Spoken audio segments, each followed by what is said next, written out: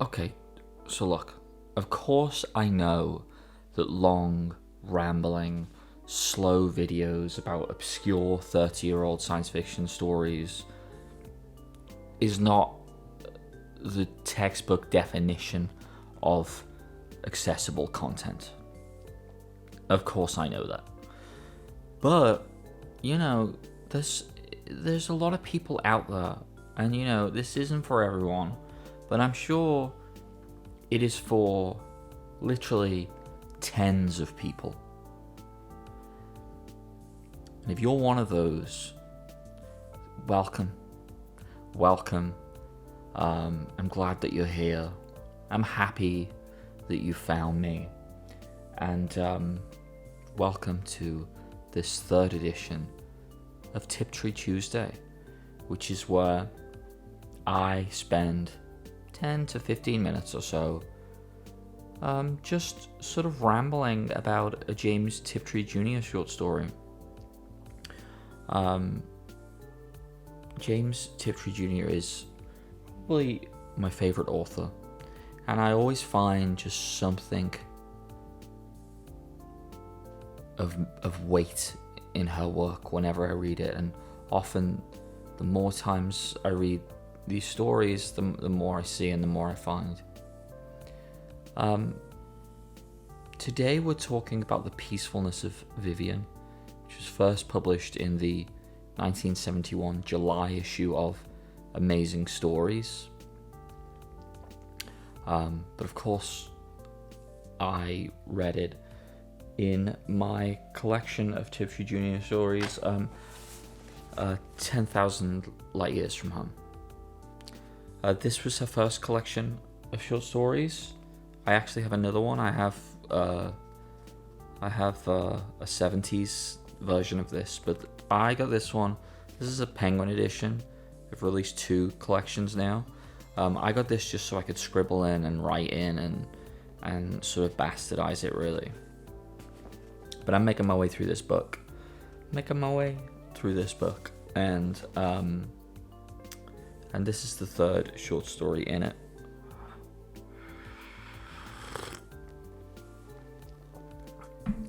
So, what's it about? Well, this has, first of all, I would recommend that you go read it, get it on Kindle, get it however you want. I'm sure there are some versions online available for free. A lot of these stories are reprinted. Give it a read and then come and partake in the discussion. What I'd really love is for one of those tens of people that are interested in this sort of thing to read this story, have some thoughts, and share them with me in the comments, and we can hash it out, we can get into it, we can go real deep. I think that'd be pretty cool. Anyway, so The Peacefulness of Vivyan contains, it's kind of a difficult story because it contains a really hardcore, unreliable narrator.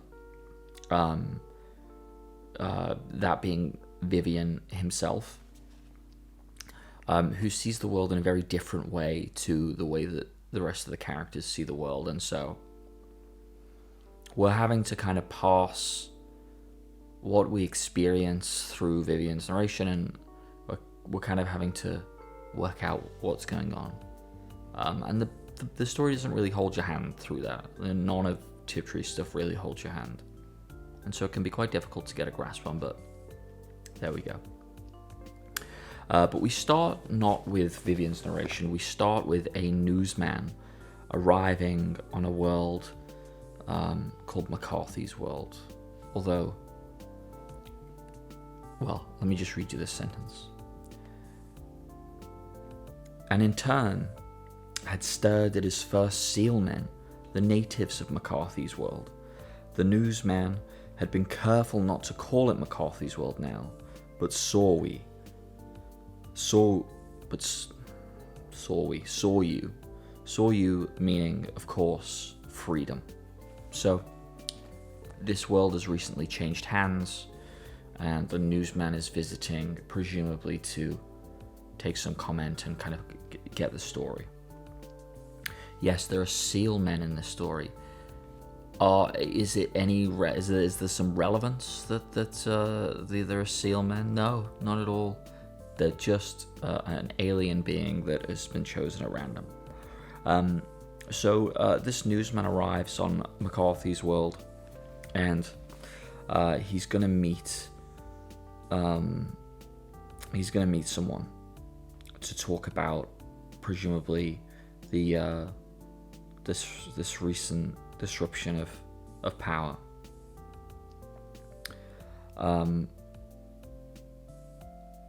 As he comes in and he meets this girl called Keller. I think her name's Keller. Oh no, his name's Keller. Her name, I'm not sure what her name is, but he meets this woman, and she tells him to wait. And as he's waiting, he spots this man hunkered down, looking at something. Keller was immediately struck by the peaceful openness of the stranger's face. His smile was framed in a curly black beard. A gentle pirate, Keller thought, or a minstrel. A very tall man hunkered down like a boy, holding something. And it's interesting. So that's the first time we meet Vivyan, and it should, I think, remind us of a child, the way a child hunkers down, protects something close to the ground, like a toy or something precious. And so we get a sense that there's something off with Vivyan. But that Vivyan is completely at peace and calm. So then we switch perspectives. The woman tells him, "Oh, that's Vivyan," and we switch perspectives and we go into the past. But the name Vivyan kind of rings a bell in the newsman's head, and it doesn't elaborate any further than that. We switch into the past. And we start to learn a bit about Vivyan and about the way he sees the world, and we learn that through Vivyan's narration. People, of course, seemed to need also to talk and talk, which was a pity because their talk was mostly without meaning. Okay, so people kind of meaning everyone else.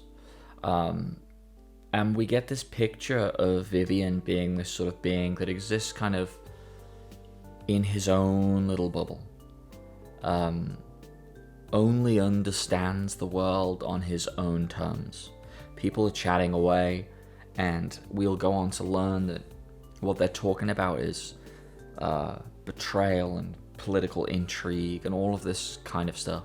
The stuff that science fiction stories are made of. But Vivyan doesn't... it's boring. Having said that, Vivyan also has this ability. The way Vivyan is described is kind of like someone with a sort of severe autism. A severe kind of autism. And Vivyan's gift is that he notices everything and memorizes everything that's going on. And so, even though this stuff is of no interest to him, really, it doesn't line up with his sort of internal logic. Even though that's the case, he takes it all in anyway, and he remembers everything. And Vivyan is constantly referencing the fact that he's got to go and report to his friend and talk to his friend about what he's seen, and in turn his friend gives him all this exciting information about whatever world that he's on. As always, arms and lips open to him, and he smiled patiently at the voices without hearing the words that his memory could not help recording. And so what happens through we kind of move through time, and we hear these people having conversations with Vivyan, and they say things like, "Oh, you wouldn't hurt us, would you?" And they say things that are strange to us, and they're strange to us because they're strange to Vivyan.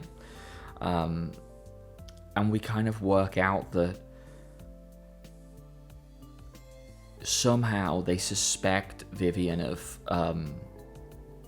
of betraying them. We work out that the man called Cox that the newsman was going to see is actually Vivyan's brother, and they were actually princes on a different world, and that world I can't. I think it's something like so someone helped Vivyan. Someone used Vivyan to kind of tear down what they had there, and Vivyan kind of betrayed them, and people died. But Vivyan didn't know that he was betraying them. He was just a very simple being, and he was just telling these stories, right? He was just relaying information. He doesn't see that this information has any kind of weight. And so he betrays them, and he betrays multiple times and multiple people, and essentially Vivyan is being used. And I think that's the crux of it, to be honest with you. There's a kind of action sequence at the end of the book where they sort of capture him and track him down. And then the very end of the book, the newsman, we go back to the newsman, and the newsman hears Vivyan telling the shell basically everything about the newsman. What his name was, where he's from, what he looked like, what time his watch was set to, these sorts of things. And so the title of Peacefulness is Vivyan. I guess it's something like Vivyan is peaceful because he doesn't understand the chaos of the world around him. Doesn't understand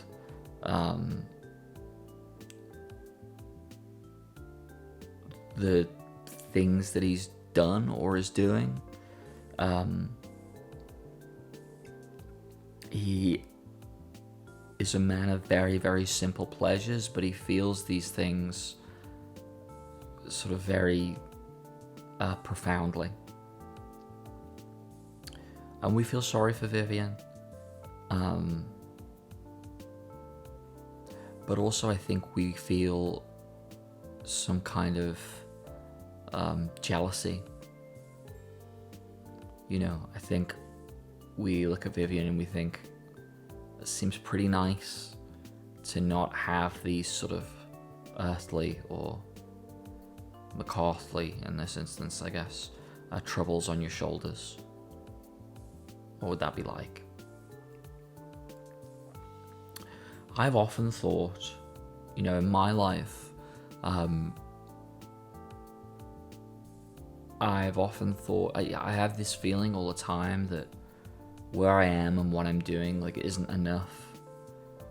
And I'm a bit of a failure, and I should be doing more, or I should be doing better. I see people who are really, really excited for the weekend, right? They just can't wait for the weekend, and it's the highlight of their week, and they're just happy, just living their life, and simple job that just pays the bills, and they're happy just having a job that pays the bills, and they don't worry about things like, am I fulfilled, or am I making a difference, these sorts of things. And I often feel kind of envious of those people, and I kind of wish I could feel that too. It's like Plato's analogy of the cave.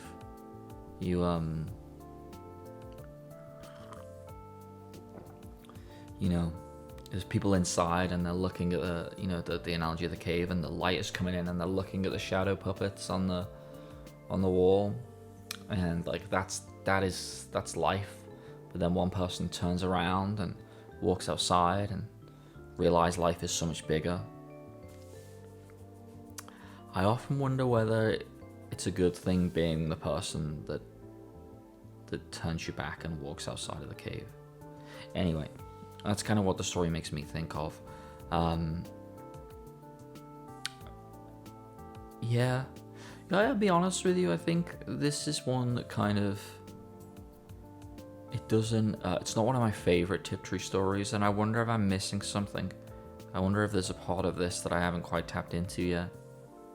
It's probably one I've read the fewest, and the one I don't know as well as some of my favorites. But give it a read. Let me know what you think.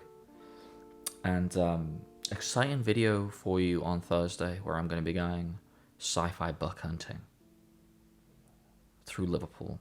So quite different to this. Yeah. Anyway, that's been Tiptree Tuesday. And I will see you next week for another one.